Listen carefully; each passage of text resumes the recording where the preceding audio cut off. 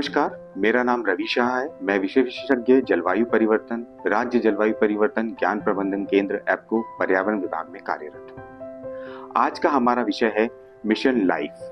जैसा कि नाम से ही स्पष्ट है, यह एक ऐसा अभियान है जो हर इंसान से सीधे तौर पर जुड़ा हुआ है।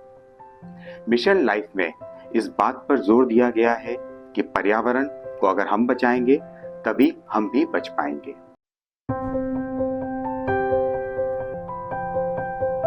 मिशन लाइफ हमारे पर्यावरण को जलवायु परिवर्तन के प्रभाव से बचाने के लिए एक वैश्विक आंदोलन है। आज के हमारे इस कोर्स के अंत में हम लोग मिशन लाइफ की परिकल्पना, मिशन लाइफ की आवश्यकता, मिशन लाइफ से होने वाले लाभ एवं मिशन लाइफ अंतर्गत विभिन्न थीम के बारे में आप लोग आज जान सकेंगे। तो आइए अब हम बात करते हैं आज के हमारे विषय पर मिशन लाइफ के बारे में। पाठ्यक्रम की संरचना। इस पाठ्यक्रम के माध्यम से हम मिशन लाइफ को 6 भागों में क्रमबद्ध रूप से जानेंगे, स्पष्ट, व्यवहारिक और उदाहरणों के साथ। मॉड्यूल 1, मिशन लाइफ, पर्यावरण के लिए जीवन शैली। हम जानेंगे मिशन लाइफ का उद्देश्य, पृष्ठभूमि और इसका मूल विचार। मॉड्यूल 2, मिशन लाइफ और क्लाइमेट चेंज। यह मॉड्यूल बताएगा कि कैसे हमारी जीवन शैली ग्रीन हाउस गैस उत्सर्जन को प्रभावित करती है। मॉड्यूल 3, पर्यावरण के लिए जीवन शैली में बदलाव। हम सीखेंगे कि छोटे व्यवहारिक बदलाव कैसे पर्यावरण पर बड़ा असर डाल सकते हैं। Module 4, faces of mission life. इस भाग में मिशन लाइफ के 3 चरणों, डिमांड और सप्लाई और पॉलिसी को समझेंगे। मॉड्यूल 5, मिशन लाइफ के थेमैटिक एरियाज। यहां हम जानेंगे मिशन की 7 प्रमुख थीम्स और उनका रोजमर्रा की जिंदगी से संबंध। मॉड्यूल 6, मिशन लाइफ की प्रत्येक थीम के अंतर्गत लिए जा सकने वाले एक्शंस। आखिरी मॉड्यूल में हम देखेंगे कि इन थीम्स को अपनाने के लिए हम क्या क्या कर सकते हैं। तो चलिए शुरू करते हैं।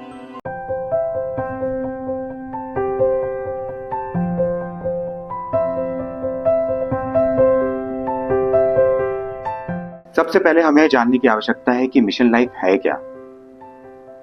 मिशन लाइफ हमारे प्रधानमंत्री जी के द्वारा दिया गया एक ग्लोबल मूवमेंट है, इंडिया लेड ग्लोबल मूवमेंट है, जिसमें जलवायु परिवर्तन के प्रभावों से पर्यावरण को बचाने के लिए कुछ छोटे छोटे हमें जो स्टेप्स लेने हैं उसके बारे में बताया गया है। इसका ब्रीफ बैकग्राउंड में आप लोगों को बताना चाहूंगा कि मिशन लाइफ है क्या, इसका जेनेसिस क्या है, ये कहां से आया।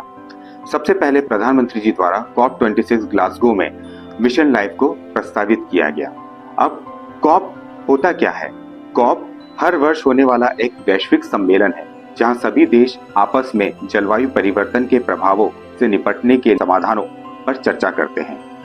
तो हर साल इस तरह की कॉप आयोजित की जाती है और COP26 जब ग्लासगो में आयोजित हुई थी, तब वहां पर सर्वप्रथम मिशन लाइफ के बारे में हमारे प्रधानमंत्री जी ने प्रस्ताव दिया था।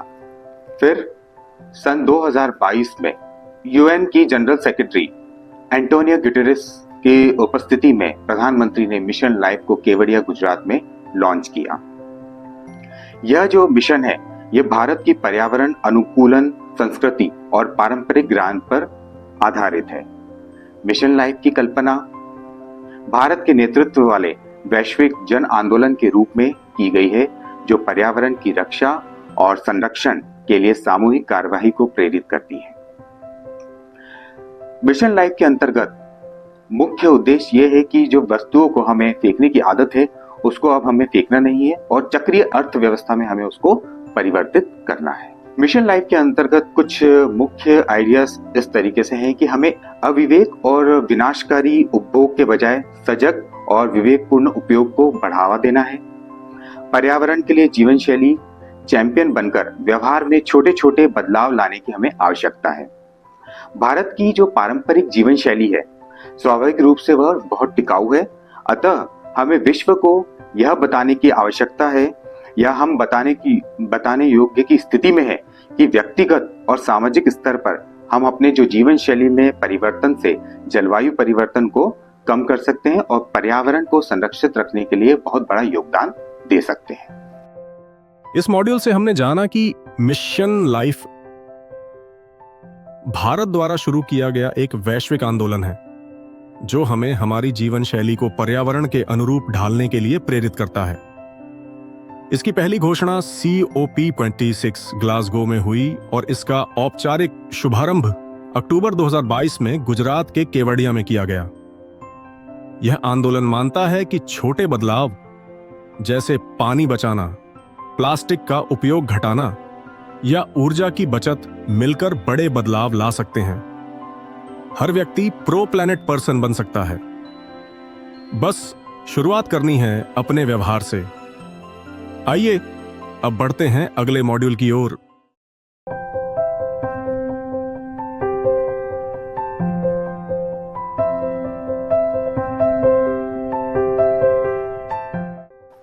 अब सर्वप्रथम हमें ये जानने की आवश्यकता है कि ये मिशन लाइफ जो एक मिशन है उसको लाने की आवश्यकता क्यों पड़ी। क्या इसका कुछ ग्रीन हाउस गैसेस से कोई संबंध है? क्या जलवायु परिवर्तन से इसका कोई संबंध है? तो जब हम बात करते हैं मिशन लाइफ और ग्रीन हाउस गैसेस की तो हमें हमारे दिमाग में यह आता है कि इसका सीधा संबंध ग्रीन हाउस गैसेस के उत्सर्जन से है। क्योंकि जब हम देखते हैं मिशन लाइफ के अंतर्गत दी हुई जो मिशन लाइफ का इनिशिएटिव है, इसके अंतर्गत जो 75 एक्शन पॉइंट्स जो दिए हुए हैं वो कहीं ना कहीं ग्रीन हाउस गैसों के उत्सर्जन को कम करने से जुड़े हुए हैं और जिनके माध्यम से जो हमारी सस्टेनेबल लाइफस्टाइल होगी उसके माध्यम से हम ग्रीन हाउस गैसेस के उत्सर्जन को कम करने के बारे में इन जो 75 एक्शन पॉइंट्स है इसके अंदर बात कर रहे हैं। मिशन लाइफ क्लाइमेट चेंज से भी जुड़ा हुआ है। जब हम क्लाइमेट चेंज की बात करते हैं तो जो मिशन लाइफ है उसके अंदर ये दिया गया है कि हमारे व्यवहार में हम जो बदलाव लेकर आएंगे और ऐसा बदलाव लेकर आएंगे जो पर्यावरण हितैषी बदलाव हो। हमारी जो जीवन शैली है उसके अंदर जब हम इस तरीके का बदलाव लेकर आएंगे तो सीधे तौर पे या फिर इनडायरेक्ट लेवल पे जो इमिशंस है या उत्सर्जन है उसको हम किसी न किसी हद तक कम करेंगे।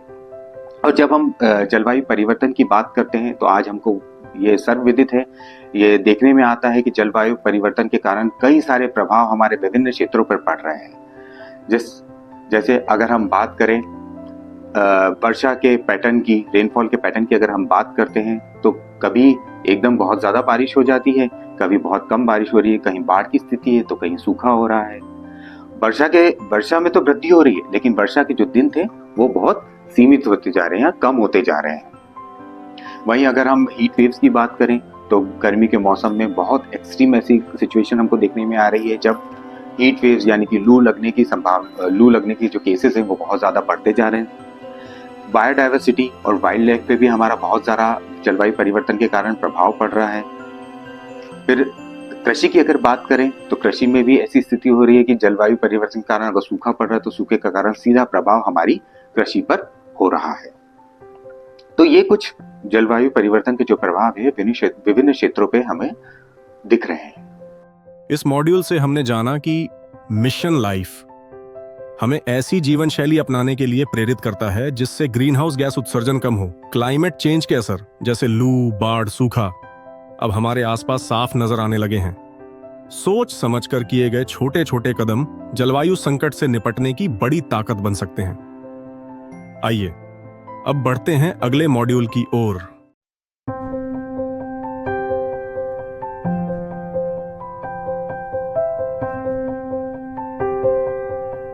मिशन लाइफ या जीवन शैली में परिवर्तन की आवश्यकता हमें क्यों है?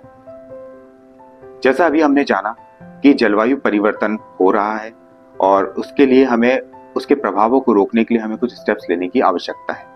तो इम्पैक्ट ऑफ क्लाइमेट चेंज क्या हो रहा है, जलवायु परिवर्तन का प्रभाव क्या हो रहा है? Global warming. जैसे जैसे हमारा तापमान बढ़ रहा है ग्लोबल वार्मिंग हमारी बढ़ती जा रही है और इस तापमान के बढ़ने के कारण क्या हो रहा है, डेटा ये कहता है कि लगभग 80 से 300 करोड़ लोग इस जलवायु परिवर्तन के कारण प्रभावित होंगे। इससे सूखे की जो संभावना है वो बढ़ती जाएगी। सूखे की अगर संभावना बढ़ेगी तो लोगों के जीवन यापन पे भी इसका असर पड़ेगा और अल्टीमेटली ये जलवायु परिवर्तन से क्या होगा, 2050 तक लगभग हमारी 18% GDP का हमें नुकसान होगा। इसलिए हमें हमारे लाइफस्टाइल में परिवर्तन की आवश्यकता है। अगर हम एक एस्टिमेट देखें कि जब हम हमारे कार को सिग्नल पे बंद करेंगे, स्कूटर्स को बंद करेंगे, रेलवे क्रॉसिंग पे अगर हम हमारे वाहनों को स्विच ऑफ करके खड़े रहेंगे, तो लगभग 22.5 बिलियन किलोवाट आवर एनर्जी की हम बचत करेंगे। जब खुले हुए नल को जब इस्तेमाल में नहीं है और उस नल को अगर हम बंद करके रखेंगे तो लगभग 9 ट्रिलियन लीटर पानी की हम लोग बचत कर पाएंगे। वहीं अगर प्लास्टिक बैग की जगह अगर हम कपड़े के बैग का इस्तेमाल करेंगे तो लगभग 375 मिलियन टन सॉलिड वेस्ट को लैंडफिल होने से हम बचा पाएंगे। फिर उसी तरीके से बहुत सारे ऐसे गैजेट्स हैं आज की तारीख में जिनका इस्तेमाल हम लोग नहीं करते हैं और वो हमारे घरों में पड़े हुए हैं, जिसका कोई इस्तेमाल नहीं है, कोई यूज नहीं कर रहे, तो उन्हें हमारे पास के जो भी रिसाइकल यूनिट है, ई वेस्ट के रिसाइकलिंग यूनिट है, वहां पर अगर हम जाके उन्हें डिस्कार्ड करेंगे तो लगभग 0.75 मिलियन टन ई वेस्ट को हम लोग रिसाइकल कर लेंगे।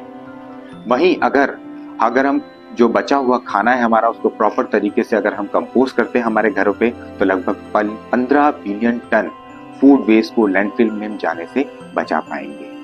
तो ये जो छोटी छोटे हमारे स्टेप्स होंगे उसके कारण हम एक बहुत बड़ा योगदान दे पाएंगे हमारे पर्यावरण को बचाने के लिए।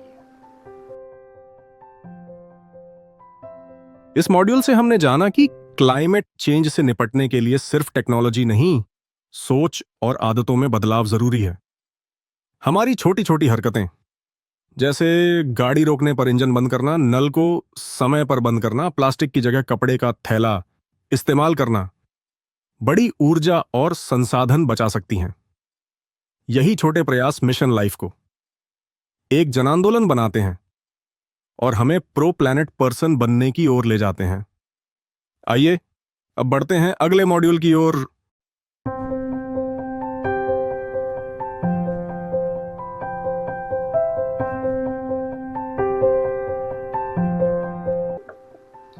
जब मिशन लाइफ की हम बात करते हैं तो मिशन लाइफ के अंतर्गत 3 फेजेस में इस पूरे मिशन को डिवाइड किया गया है। पहले फेज में बात कही गई है चेंज इन डिमांड की, मतलब हम इंडिविजुअल लोगों को हमको इस तरीके से इंकरेज करना है कि वो सिंपल और इफेक्टिव एनवायरमेंटल फ्रेंडली प्रैक्टिसेस की तरफ वो आगे बढ़ें, ऐसी हमारे अपनी जीवन शैली अपनाएं जिसमें बहुत ही पर्यावरण हितैषी जीवन शैली हो, ऐसी जीवन शैली उनको अपनाना है। दूसरा जो फेज है वो चेंज इन सप्लाई है। जब डिमांड हमारी जैसी डिमांड हो जाएगी, अगर इको फ्रेंडली प्रोडक्ट्स की अगर हमारी डिमांड हो गई है तो सप्लाई साइड पे भी हमको मार्केट और इंडस्ट्रीज को प्रमोट करना पड़ेगा कि वो भी उस तरीके की सप्लाई और प्रोक्योरमेंट स्ट्रेटेजीज को मार्केट में लेकर आए ताकि हम मिशन लाइफ और इको फ्रेंडली जो प्रैक्टिसेस है उनको प्रमोट कर सकें। अब जब फेज 3 की हम बात करेंगे तो फेज 3 में हम पॉलिसी लेवल पे चेंजेस की बात करते हैं। इसमें जब हमारा डिमांड और सप्लाई साइड डायनामिक्स अगर कंट्रोल हो गया है तो मिशन लाइफ ट्रिगर करेगा लार्ज स्केल इंडस्ट्रियल और गवर्नमेंट पॉलिसीज को चेंज करने में। तो इस तरीके से इन 3 फेज में हम लोग हमारे जो मिशन लाइफ के जो ऑब्जेक्टिव्स है उनको हम अचीव कर पाएंगे।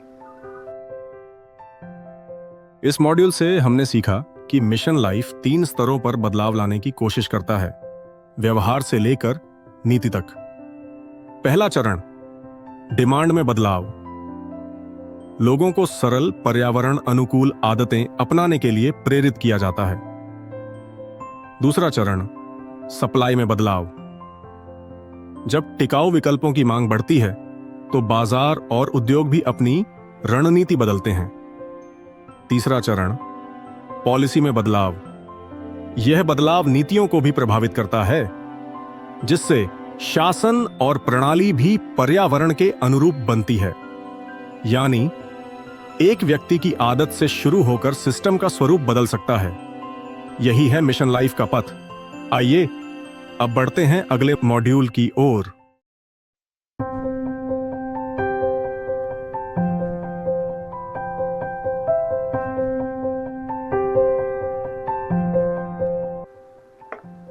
अब जब हमने देख लिया कि भाई मिशन लाइफ और क्लाइमेट चेंज आपस में जुड़ा हुआ है और मिशन लाइफ का मुख्य उद्देश्य यही है कि हम ग्रीन हाउस गैसों के उत्सर्जन को कम करें और जलवायु परिवर्तन का जो प्रभाव पड़ रहा है उसको कम करने के लिए हमको कुछ पर्यावरण हितैषी एक्टिविटीज को या एक्शंस को हमको करना है।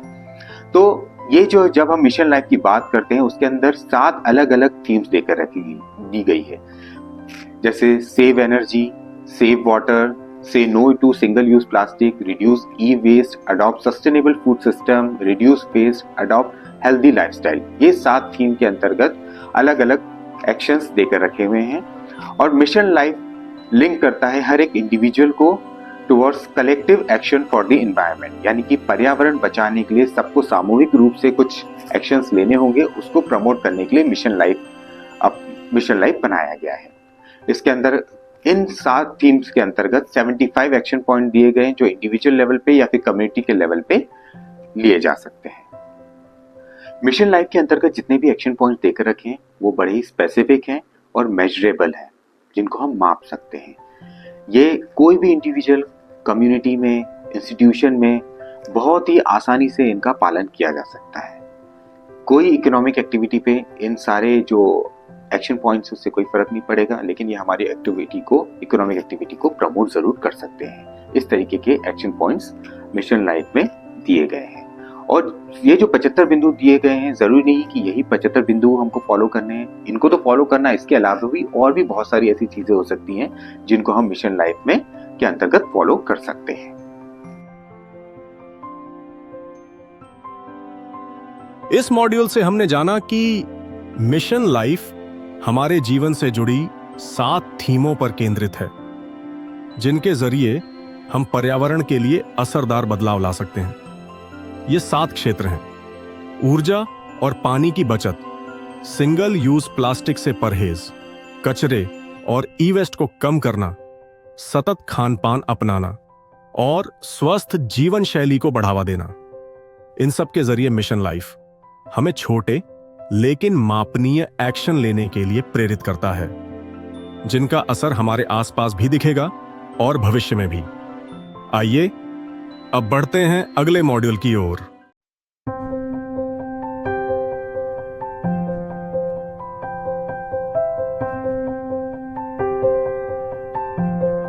ये जो लाइफ 7 हमारे थीम है मिशन लाइफ के अंतर्गत, ये कहीं ना कहीं इनके जो एक्शन पॉइंट्स हैं वो जुड़े हुए हैं जलवायु परिवर्तन और जो ग्रीन हाउस गैसेस का उत्सर्जन है उसके इमिशन को कम करने में।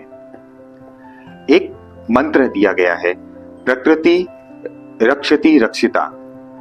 जो प्रकृति को बचाएगा प्रकृति भी उसे ही बचाएगी। अब हम आगे बढ़ते हैं और अब हम चर्चा करेंगे कि अलग अलग थीम में क्या क्या एक्शन पॉइंट्स दिए गए हैं जिनको हम इंडिविजुअल या फिर कम्युनिटी लेवल पे फॉलो कर सकते हैं। सबसे प्रथम है सेव वाटर, यानी कि जल संरक्षण की जब बात आती है तो जैसा कि हम सभी को पता है कि जल एक ऐसा रिसोर्स है, हमारा प्राकृतिक रिसोर्स है जो फाइनाइट है, मतलब एक समय के बाद ये खत्म हो जाएगा अगर आज हमने इसको बचाया नहीं, इसको कंजर्व नहीं किया। क्योंकि समय के साथ साथ देखा जा रहा है कि जल से जुड़ी हुई जो हमारी आवश्यकता है वो दिन प्रतिदिन बढ़ती जा रही है और बहुत सारे ऐसे क्षेत्र हैं जहाँ पे जो हमारा भूमिगत जल है वो कम होता जा रहा है।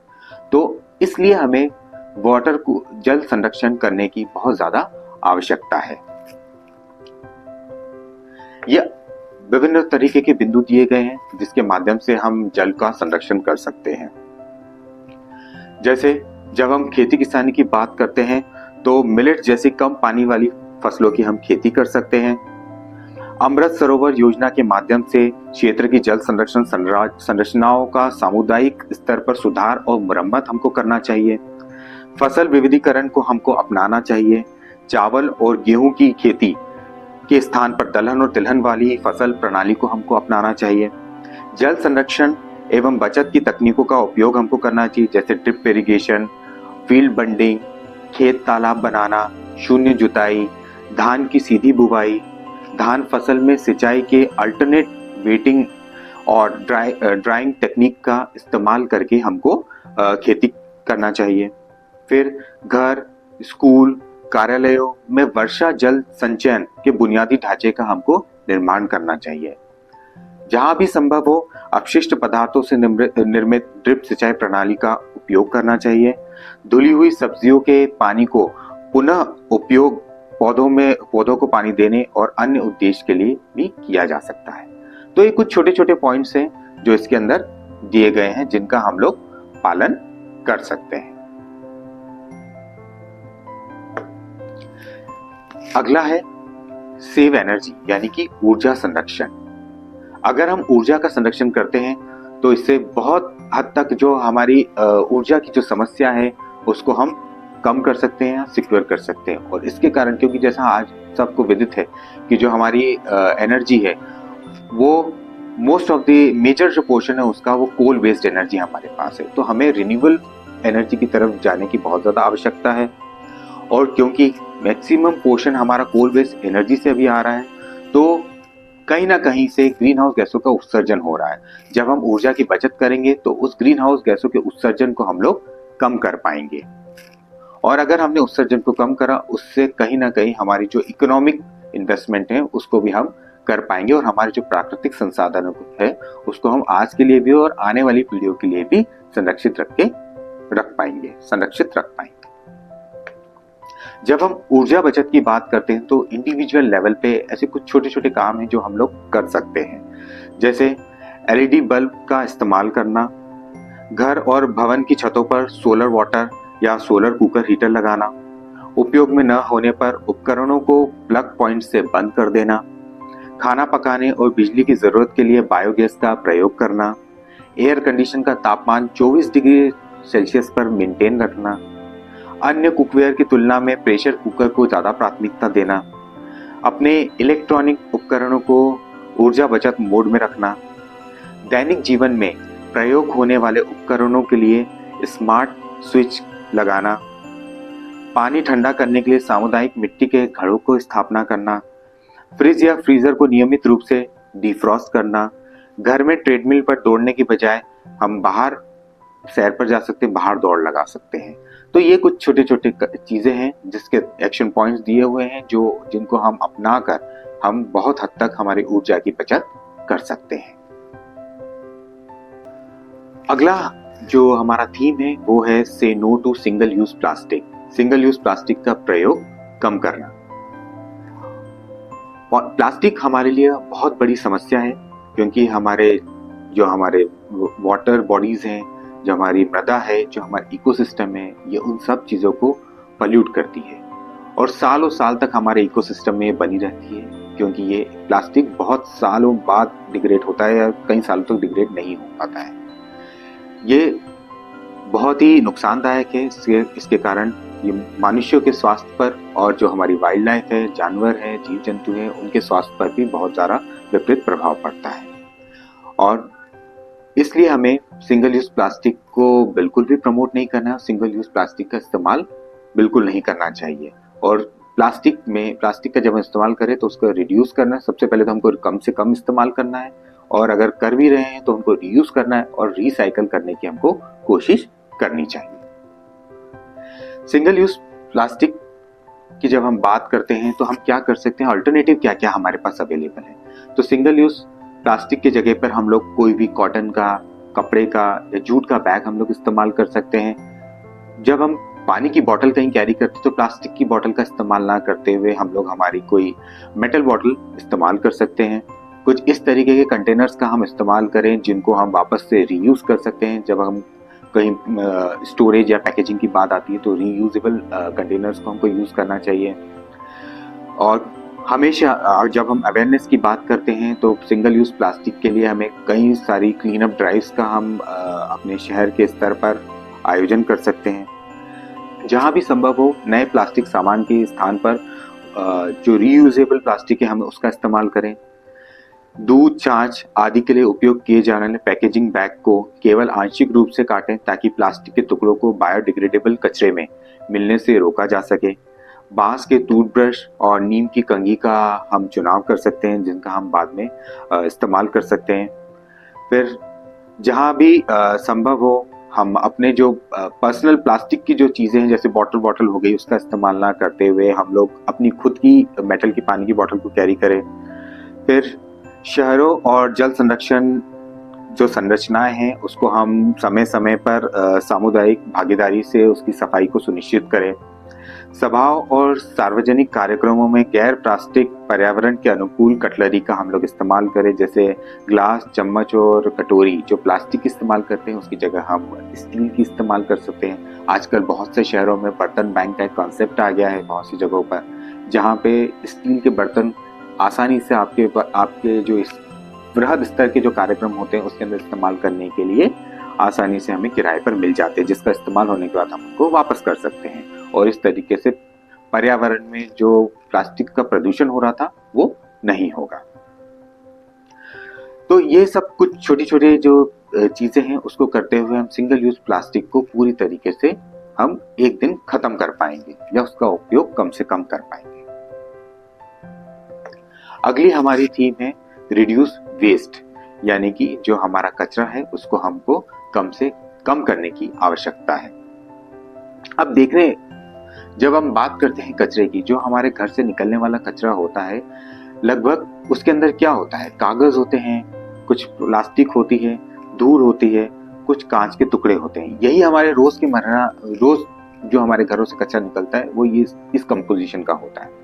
अगर आप ध्यान से अगर इन सभी कचरे को on at the point source जहां से ये कचरा निकल रहा है वहीं पे अगर हम सेग्रीगेट कर लें तो आप देखेंगे जो किचन से जो वेस्ट निकलता है उसकी हम अगर कंपोस्टिंग घर पे कर लेते हैं तो उसके हम कंपोस्ट बना के हमारे पेड़ पौधों में इस्तेमाल कर सकते हैं, किचन गार्डन में उसका इस्तेमाल कर सकता है, वो किया जा सकता है। वहीं अगर हम जो हमारे घर से न्यूज़पेपर वगैरह निकल रहा है और आप उसे अगर पेपर कचरे में फेंक रहे हैं तो कचरे में ना फेंकते हुए अगर आप उसको इकट्ठा कर लें और जो कबाड़ी वाला है या जहाँ पे इस कचरे को सही तरीके से जो लोग रिसाइकल कर सकते हैं आप उसको अगर भेज दें तो वो एक कचरा आपका जो आपके लिए भी रिसोर्स बन गया और सामने और वो चीज़ सही तरीके से रिसाइकल हो जाएगी।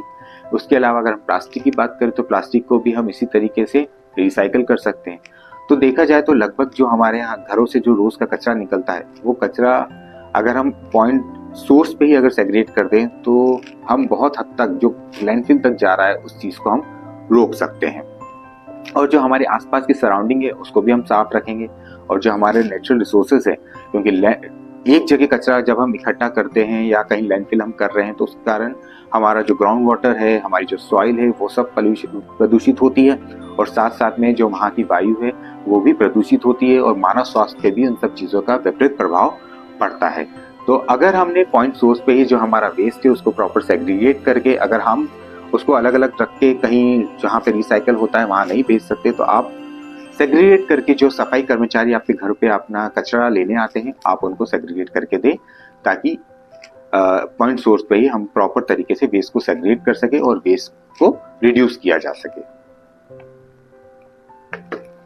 अब वेस्ट को जब हम रिड्यूस करने की बात करते हैं तो हम क्या क्या किस तरीके से उसको रिड्यूस कर सकते हैं। हम कचरे से जो ऑर्गेनिक वेस्ट है उससे हम गोबर खाद बना सकते हैं। फिर घर पे ही हम सेग्रीगेशन करके प्रॉपर कंपोस्टिंग कर सकते हैं और उस कंपोस्टिंग का हम इस्तेमाल हमारे किचन गार्डन में कर सकते हैं, हमारे पॉट्स में कर सकते हैं। और बड़े लेवल पे अगर हम कंपोस्टिंग कर रहे हैं तो एग्रीकल्चर में हम कंपोस्ट का इस्तेमाल कर सकते हैं। रिसाइकल और रीयूज कर सकते हैं हम न्यूज़पेपर्स को, मैगजीन को। जो कुछ वेस्ट फूड जो हमारा खाद्य पदार्थ होता है जो छूटा बच जाता है हम उस खाद्य पदार्थ को हम जानवरों को दे सकते हैं, गाय को हम उससे फीडिंग करा सकते हैं। फिर रिपेयर, रीयूज और रिसाइकल करना चाहिए हमें। जो हमारे पुराने फर्नीचर हो या फिर कुछ ऐसा सामान हो जिसको हम फिर से पुनः उपयोग कर सकते हैं, उसको मेंटेन करके तो हमको उसका इस्तेमाल करना चाहिए। ज़्यादा से ज़्यादा हमको ऐसे प्रोडक्ट्स को खरीदारी करना चाहिए जो रिसाइकल प्रोडक्ट्स से बने हुए हों, उन चीज़ों को हमको खरीदना चाहिए। फिर जो हमारे पुराने कपड़े या किताबें हैं तो जो ज़रूरतमंद लोग हैं हमको उनको ये सारी चीज़ें डोनेट कर देनी चाहिए। और ये हमें ध्यान रखना चाहिए कि हमें जो भी हमारा वेस्ट है उसको कहीं इधर उधर मतलब डेडिकेटेड जो स्थान है जहाँ पे हमको कचरा डालना है वहीं पर हम उस कचरे को डालें। किसी वाटर बॉडीज में या कहीं पे मिट्टी में ऐसे ही उस कचरे को ना फेंकें। और ये सारे कुछ पॉइंट्स हैं जिनको हम अपना के जो हमारा फूड वेस्ट है उसको हम कम कर सकते हैं। जब हम अगले मिशन की तरफ अगली थीम मिशन लाइफ के अंतर्गत अगली थीम की तरफ बढ़ते तो अगली थीम हमारी है अडॉप्ट सस्टेनेबल फूड सिस्टम।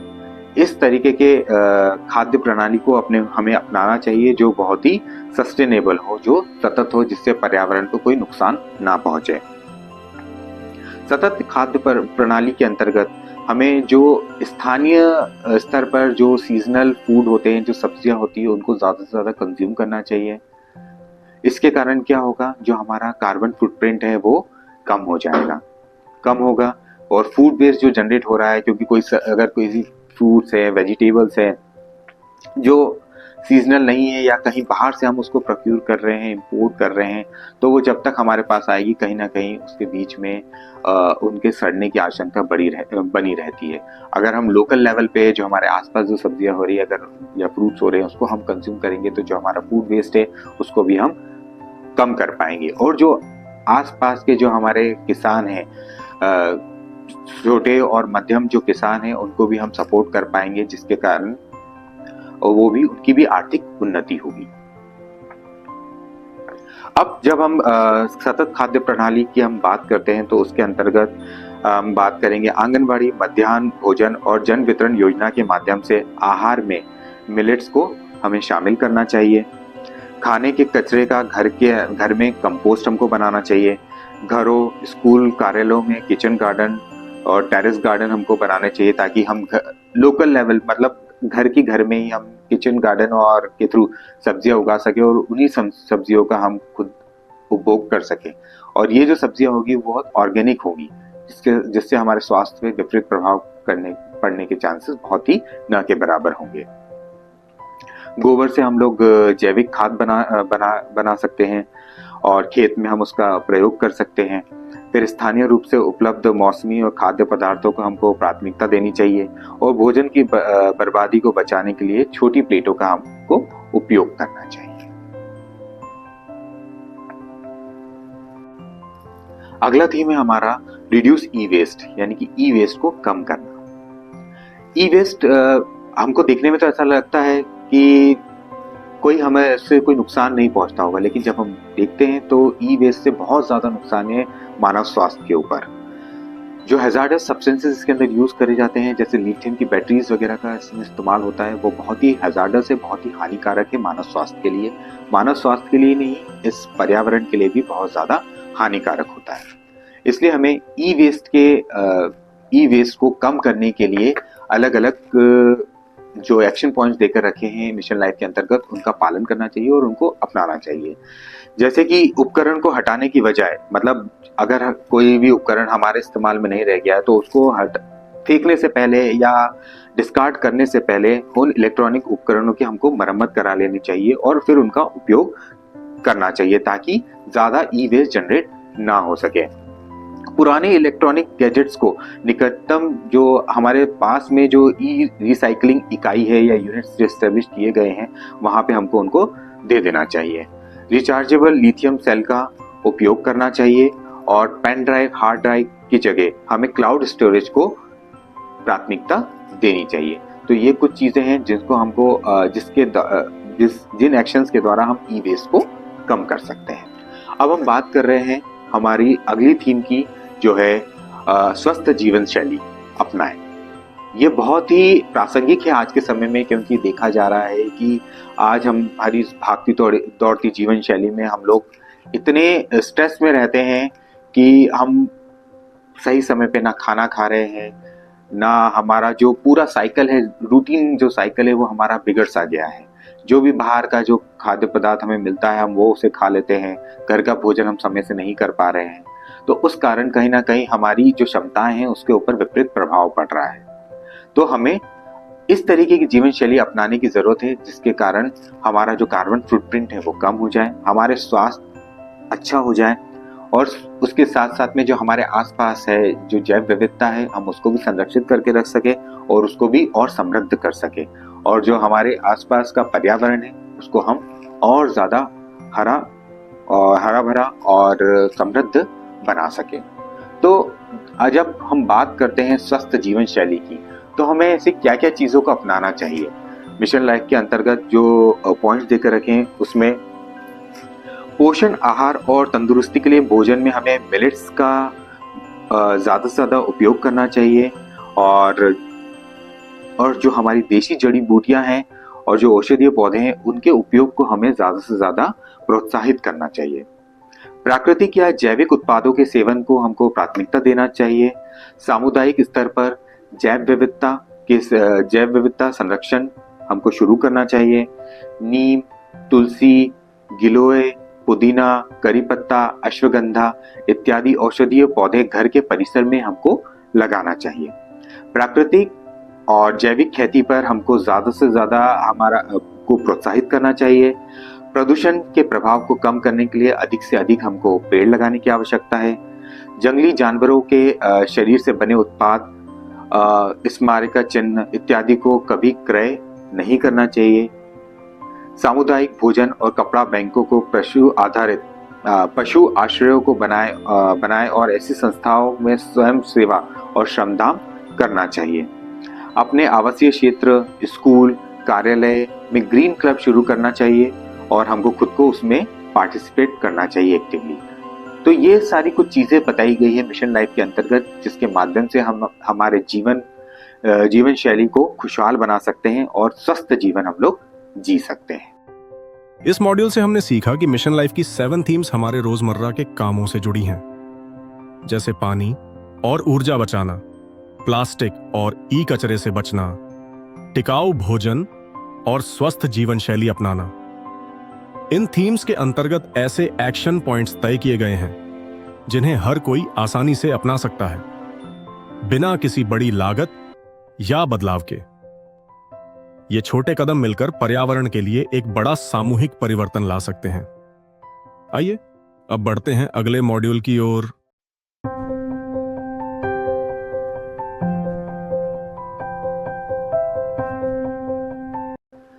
अभी जो हमने पूरे इस प्रेजेंटेशन में जो हमने मिशन लाइफ के बारे में बात करी है, जो जलवायु परिवर्तन के बारे में हमने बात करी है, और मिशन लाइफ के अंतर्गत जो 7 थीम के बारे में हम लोगों ने जाना कि क्या क्या एक्शन पॉइंट्स हैं जिनको हम इन मिशन थीम्स के अंतर्गत हम लोग अपना सकते हैं या आसानी से इंडिविजुअल लेवल पे या फिर कम्युनिटी लेवल पे हम लोग कर सकते हैं, उन कामों के बारे में हमने चर्चा करी है। अब सबसे बड़ा उद्देश्य है मिशन लाइफ का, या जो इसका एम है, जो इसके ऑब्जेक्टिव हो, इसको 2028 तक अचीव करना है। तो जब हम ये जो एक्शन पॉइंट्स हैं इसके साथ साथ हम अपने जो गोल्स हैं मिशन लाइफ के और जो हमारे एक्शंस हैं उन दोनों को जब हम साथ में अलाइन करेंगे तब हम प्रो प्लैनेट पर्सन बन पाएंगे। प्रो प्लैनेट पर्सन का मतलब है ऐसे व्यक्ति जिसकी जीवन शैली बिल्कुल पर्याहितैषी है और जिनकी जीवन शैली से पर्यावरण को कोई भी नुकसान नहीं पहुंच रहा है। तो हमें सबसे पहले आवश्यकता है कि जितने भी हमने जो हमारे साथ थीम है मिशन लाइफ के अंतर्गत, जो उसके अंतर्गत एक्शन पॉइंट्स देकर रखे हैं, उन सभी एक्शन पॉइंट्स को हमको हमारे जीवन में अपनाना है और धरातल पे उनको क्रियान्वित करना है।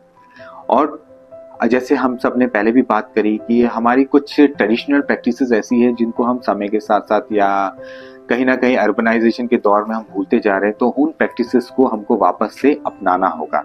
जब हम उन सारी जो हमारी ट्रेडिशनल प्रैक्टिसेस हैं उनको अगर हम अपनाएंगे तब हम कह सकते हैं कि आज हमारा जो जीवन है वो पर्याहितैषी है या इको फ्रेंडली। हमारे जो जितनी भी एक्टिविटीज़ है वो सारी की सारी इको फ्रेंडली हम कर रहे हैं और हम पर्यावरण को बिल्कुल भी नुकसान नहीं पहुंचा रहे हैं। और पर्यावरण या जल पर जो जलवायु परिवर्तन के प्रभाव पड़ रहे हैं उन प्रभावों को कम करने के लिए हम ये सारे एक्शन ले रहे हैं। और साथ साथ में हमको ये भी करना है, जो काम हम कर रहे हैं हम तो करें साथ में और दूसरे लोगों को भी प्रोत्साहित करें। उन सभी लोगों को हम साथ में संयुक्त रूप से सम्मिलित करके जितने भी एक्शन पॉइंट्स हैं जो बताया गया है मिशन के अंतर्गत, हम उनको अपने जीवन में लागू करें और दूसरे लोगों से भी कहें कि वो भी इन सारे पॉइंट्स को अपनी जीवन शैली में अपनाएं। तब हम एक प्रो प्लैनेट पर्सन बन पाएंगे। और अगर हम प्रो प्लैनेट पर्सन बन जाएंगे या फिर बनने की कोशिश करेंगे इन सारे एक्शन पॉइंट्स को अपनाकर, तब हम कहीं किसी हद तक पर्यावरण का जो इमिशन का जो फुटप्रिंट है उसको हम कम कर पाएंगे। इस कोर्स के अंत में एक प्रश्नोत्तरी दी गई है जिसके सही जवाब देने पर आप सर्टिफिकेट प्राप्त कर सकते हैं। धन्यवाद। हमने इस कोर्स से सीखा कि मिशन लाइफ एक ऐसा जन आंदोलन है जो हमें सिखाता है कि पर्यावरण की रक्षा केवल बड़ी नीतियों से नहीं बल्कि हमारे रोजमर्रा के छोटे फैसलों से भी हो सकती है। यह आंदोलन उपयोग करो और फेंको जैसी आदतों को छोड़कर सोच समझकर और टिकाऊ उपभोग को अपनाने की प्रेरणा देता है। पानी और ऊर्जा की बचत, प्लास्टिक और ई कचरे से परहेज और स्थानीय खानपान और स्वच्छ जीवन शैली जैसी आदतें, ये सभी बदलाव आसान हैं लेकिन असर गहरा है। मिशन लाइफ 3 स्तरों पर काम करता है। पहले लोगों की सोच में बदलाव, फिर उद्योगों और बाजार की दिशा में बदलाव और अंत में नीतियों में बदलाव। इसकी 7 प्रमुख थीम्स और 75 से ज्यादा एक्शन पॉइंट्स हमें यह दिखाते हैं कि हर व्यक्ति पर्यावरण के लिए क्या कर सकता है और कैसे।